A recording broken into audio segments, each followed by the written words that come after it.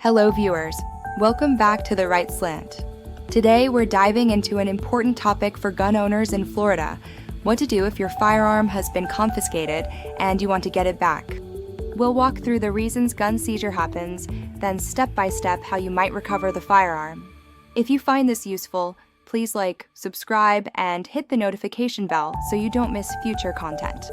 The very first thing you must figure out is why the firearm was taken. The reason affects what's required to get it back. For example, if it was seized because of a breach of the peace when the officer observed the firearm, then under Florida Statute 933.14 subsection 3, the firearm cannot be returned except by a court order. If it was seized because you were arrested, charged, and the firearm is evidence or subject to forfeiture, then under Florida Statute 790.08, there are specific rules for return after conviction or acquittal. If it was seized under the Baker Act situation and no criminal charges filed, then an Attorney General opinion says the firearm must be returned because there is no criminal proceeding. If it was seized under a risk protection order, then special orders apply. Knowing which bucket your case falls into will determine your next steps. Even if your firearm was seized, you must still meet the legal requirements to possess a firearm before recovery is possible. Some key eligibility issues in Florida. You must not be prohibited under state or federal law from owning or possessing firearms. Many Florida courts require in the petition for return of firearm that the petitioner declare they are not disqualified.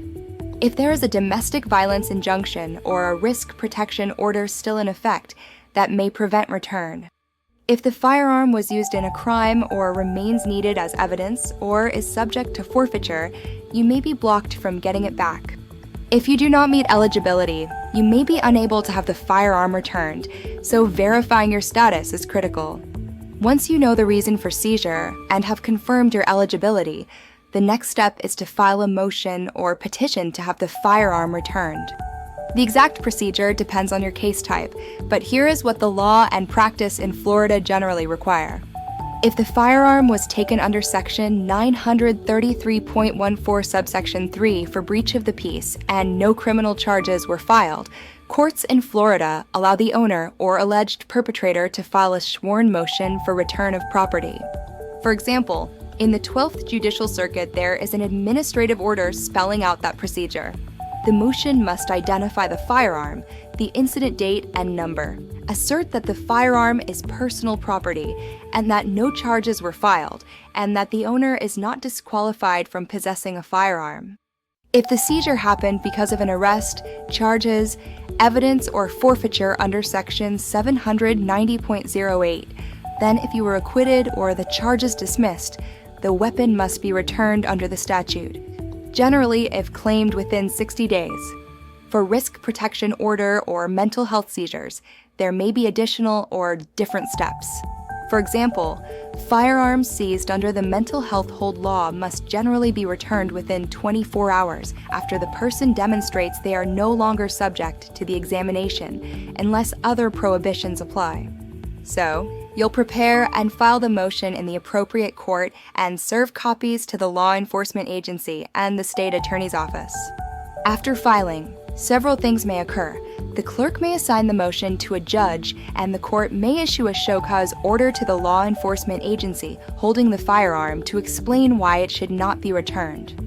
A hearing may be scheduled, and you or your attorney will need to appear and argue for the return.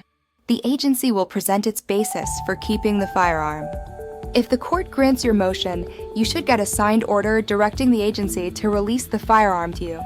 Before release, the agency typically requires you to present government-issued ID, proof of ownership, and pass a background check.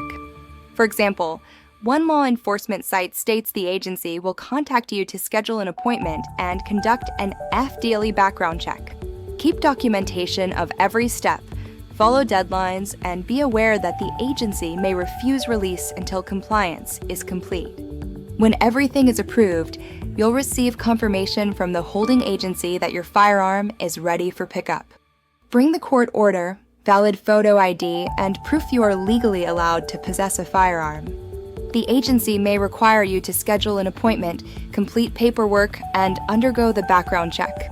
Once cleared, you retrieve your firearm. Make sure the serial number matches and get receipt or documentation of the return.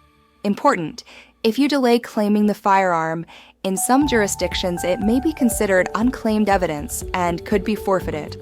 If your motion is denied or the agency refuses to release the firearm, consider consulting a qualified firearms law attorney who understands Florida statutes and local court practice. If the reason was forfeiture under Section 790.08 because of a conviction, then your ability to get the firearm back may be permanently barred. If the firearm was held as safekeeping property, the statute indicates that the procedure is less standardized and the local agency's policy may matter. If you missed a deadline, you may have lost the chance. For example, under the 2024 bill analysis, if you fail to request within 60 days, your weapon may go to the sheriff. To wrap up, identify why your firearm was confiscated. Confirm you are legally eligible to have it returned. File the correct motion or petition in court. Serve notice, attend any required hearing, comply with background check. Retrieve your firearm with proper documentation. If denied, act quickly and consult an attorney. Here at The Right Slant, we believe in providing clear, factual information so you can navigate the system effectively. Thanks for watching. If this video helped you, please remember to like, subscribe, and hit that notification bell so you'll be alerted when we post other important content. Stay informed, stay responsible, and we'll see you next time.